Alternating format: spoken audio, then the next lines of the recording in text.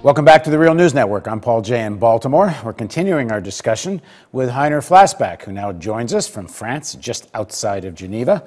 Heiner served as director of the Division on Globalization and Development Strategies of the United Nations Conference on Trade and Development, known as UNCTAD. He also was vice minister at the Federal Ministry of Finance in Bonn, in Germany, from October 1998 to April 1999. And he's now a professor of economics at Hamburg University. Thanks for joining us again, Heiner. Hi, welcome. We're just going to pick up our discussion from part one, so if you haven't seen that, I suggest you go watch it and then come back and watch this, part two. But what we're going to talk about in this segment is the whole issue of inflation.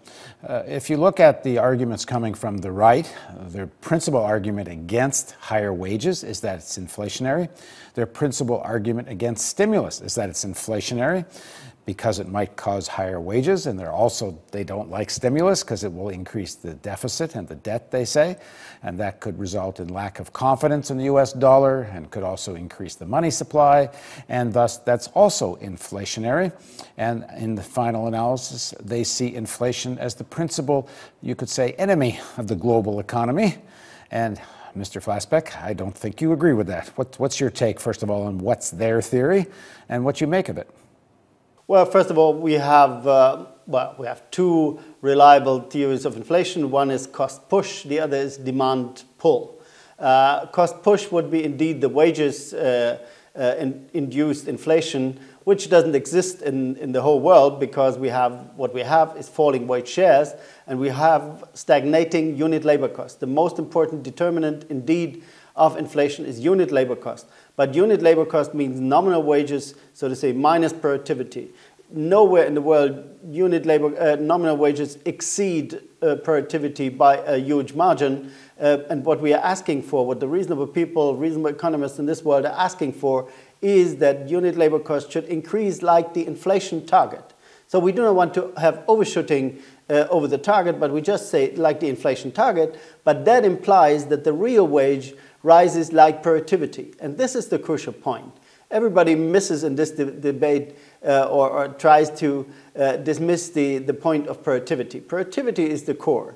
So, Heiner, let me ask you a question. If that formula was applied to wages in North America or Europe, where would wages be now? How much of a rise in wages would we see? In nominal terms would be a wage rise in, say, in the United States of something like 4%. Something like 3.5% in Europe. That's it. That's not more. There's nothing inflationary in that. That would be just, and that would just, you see, the crucial point is we're talking about income distribution. We're talking about inequality. What I'm asking for, what we have been asking for in UNCTAD, is only the stabilization of the wage share at this very low level. What I say, if you apply this formula, the unit labor costs follow the inflation target, real wages follow productivity, then you just stabilize the very low wage share. So the huge wage share of profits of the capital side is even conserved, which is a big thing, a big challenge politically, and needs further redistribution from the government side. But from the wage side, what you should do is clearly, what you need definitely for a recovery in the whole world is this formula, to apply this formula, which was a famous formula in the United States, by the way, long time ago. It was the famous formula on which Japan and Germany had based their success stories in the past. And we have to come back to that. We have to relearn that story. Without that, it will never work. And what kind of government policy could achieve that? Well, what you do, it's different from country to country, but in the United States, I'm not quite sure about the power of the unions at this moment of time, but it's very clear that the unions are weak. So what you need is a strengthening of the union power of the labor side from the government. So put together a kind of round table discussion between employers or unions, or strengthen the right of the unions to fight for such a wage formula. And there are many other ways. And one of the most important signals is clearly that the government, for its own employees, applies such a formula, and plus you apply such a formula to the minimum wage. That's why the whole discussion about the minimum wage is a bit beside the point. To raise once the minimum wage is a good thing, but it's not sufficient. You have to dynamize, you have to make it dynamic, you have to move the minimum wage year by year with the productivity and the inflation. This is what would make the difference and would give a signal to all the other employees that they have the same right, and would give a signal to the employers that they have to give their people what the people on the minimum wage get. So, Heiner, what then do you make of the economic theory of the Obama administration? Because he seems to be a million miles away from what you're talking about. When he first ran in 2008, he was talking a lot about the Employee Free Choice Act and the importance of trade unions and such, and in a sense, by implication, higher wages. But since then, we've heard very little of that. And in the last State of the Union, and more recently, the words EFCA and that reform to labor law are not even spoken. As I said in the opening to part one of this interview, President Obama seems to be arguing with the Republicans not about cuts, but about how much cuts. In terms of, he does buy into the basic logic of austerity. He just doesn't want it to be quite so extreme as the Republicans do. Yeah, that's, but we will have to learn it then the hard way, you see. There is no way out. I don't see how should a recovery come about without a new stimulus on the consumption side. If you take Europe, Japan, and the United States, you have such a huge share of consumption that you cannot expect a recovery coming from anywhere but from consumption. And consumption doesn't come from just jumping employment, suddenly having employment growth. No, never in history it was like that. But the first thing always was that the people got back in their jobs. They got in their jobs higher wages because there was a normalization of the labor market. If we're not able to bring about the normalization of the balance of power in the labor market due to normal economic policy instruments, then we have to use unnormal, we have to use heterodox or unorthodox measures to get back to a normal recovery. Otherwise, I do not see where this whole system is going to go. If the system is going to stagnate for the next 20 years, as in Japan, we have 2 lost decades, where will it go politically? Politically, that will be disaster. We will have extremists on the right and the left everywhere fighting each other like hell, and we will never get back to a normal growth trajectory as we had in the past.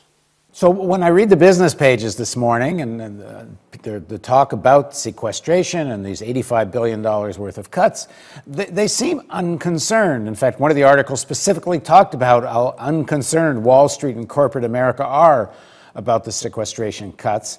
And I wonder, leads me to think that perhaps, in fact, the objective here is a period of more recession because it is lowering wages. And what corporate America and Wall Street perhaps want out of this period is a fundamental restructuring of what a normal wage is in the United States. And while that might make sense in terms of an individual enterprise, which can then pay their workers less, and in theory they make more profit, I don't get why they can't think systemically, that if all the enterprises are doing this, they're generally lowering demand, and they're going to continue this paralysis, and then you don't actually see how the recession ends.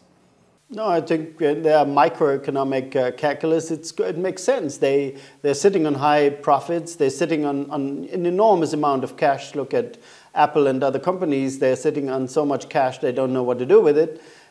So they're feeling comfortable for the moment. What they do not understand that very much of that the profits that they made in the last years was clearly based on government spending, on nothing else.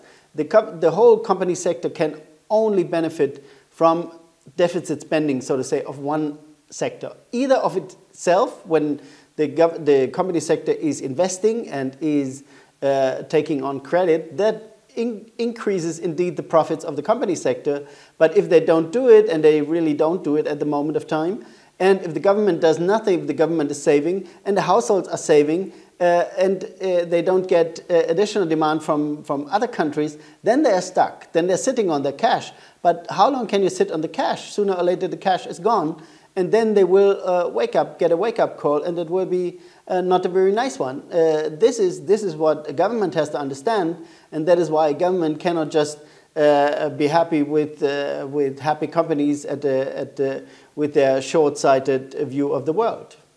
So, Heiner, you were head of UNCTAD. You were in Geneva. You were meeting with senior politicians and businessmen, both European and American. You were meeting with leading economists, conservative economists. I don't get how they answer your logic, your argument. I mean, it seems, unless I'm missing something, what you're saying is rather obvious and true.